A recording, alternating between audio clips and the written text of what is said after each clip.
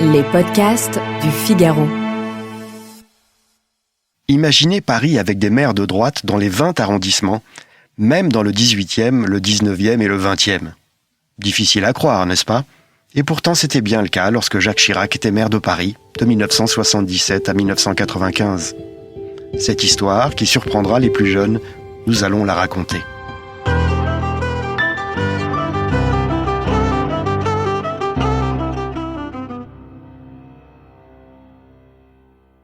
En 1975, le nouveau président de la République, Valéry Giscard d'Estaing, décide que les Parisiens éliront désormais un maire au suffrage universel indirect, comme dans n'importe quelle commune de France.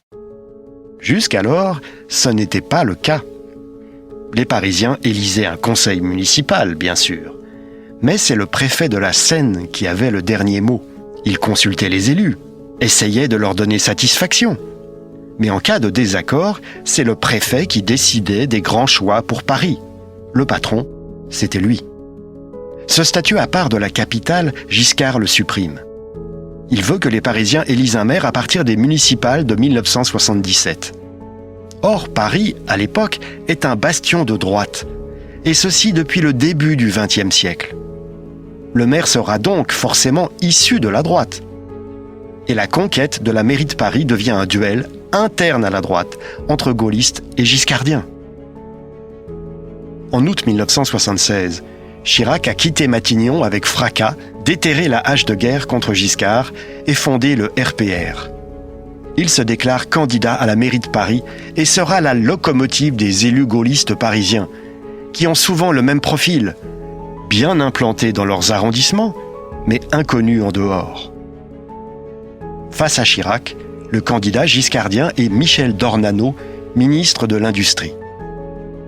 Le président du RPR est une bête de campagne. Il fait du porte-à-porte, monte les escaliers des HLM, mange de la tête de veau sur le zinc, tutoie les enfants, embrasse les grands-mères. Chirac épuise tout le monde autour de lui, mais lui s'épanouit en campagne.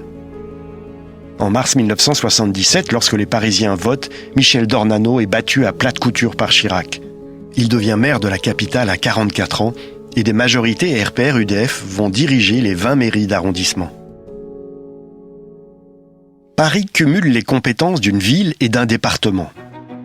Chirac dispose ainsi d'un budget de plusieurs dizaines de milliards de francs de l'époque, d'une administration de dizaines de milliers d'agents, de nombreuses sociétés d'économie mixte. Le maire de Paris, c'est un homme qui compte. Lorsqu'un souverain étranger fait une visite d'État en France, il se rend toujours à l'hôtel de ville. C'est le protocole. Chirac va faire de l'hôtel de ville une citadelle et un tremplin pour la conquête de l'Élysée. Afin de soigner sa stature internationale, il crée et préside l'Association internationale des maires francophones. Plusieurs de ses futurs ministres, comme Alain Juppé, exercent d'abord des fonctions à la mairie de Paris. Chirac fait élire dans la capitale les membres de sa garde rapprochée, comme Jacques Toubon et Bernard Pons, ou des fidèles, comme Alain Devaquet. Au municipal de 1983, alors que François Mitterrand est président, Chirac réalise le grand chelem. Ses listes RPR-UDF obtiennent la majorité dans les 20 arrondissements. Les Parisiens sourient des affiches géantes du candidat socialiste Paul Quilès, où s'étale son slogan improbable « Paris tendresse, Paris qui laisse ».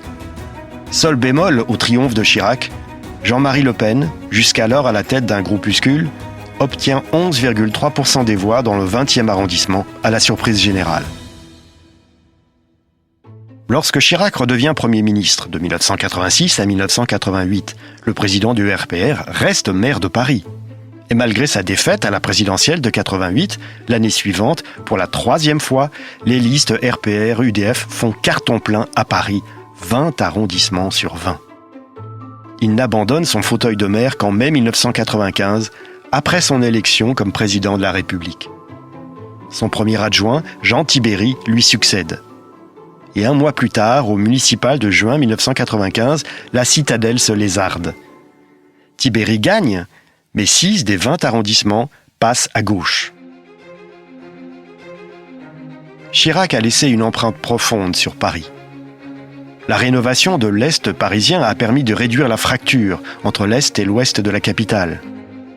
Les grands projets, comme le palais omnisport de Bercy, se sont multipliés. Les Champs-Élysées ont été réaménagés. Les piscines, stades, gymnases se sont multipliés. Les expositions prestigieuses ont fleuri dans les musées parisiens. La ville était propre, ordonnée, relativement sûre. Mais d'autres aspects du bilan de Chirac ont suscité la controverse. Il a été accusé d'avoir accordé trop de place à l'immobilier de bureaux et donc d'avoir encouragé la hausse du prix du mètre carré et le départ des couches populaires non bénéficiaires de HLM vers la grande banlieue. La crise de l'immobilier une fois arrivée, en 1991, la manne des droits de mutation a diminué comme peau de chagrin et la taxe d'habitation, jusqu'alors faible, a augmenté fortement. Enfin, les nombreux scandales politico-financiers liés à la ville de Paris, emplois fictifs, affaires des HLM, polémiques sur les locataires du domaine privé, vont poursuivre Chirac pendant sa présidence et affaiblir la droite parisienne. Jusqu'à ce que Bertrand Delanoë, à la tête d'une gauche unie, emporte la mairie de Paris au municipal de 2001.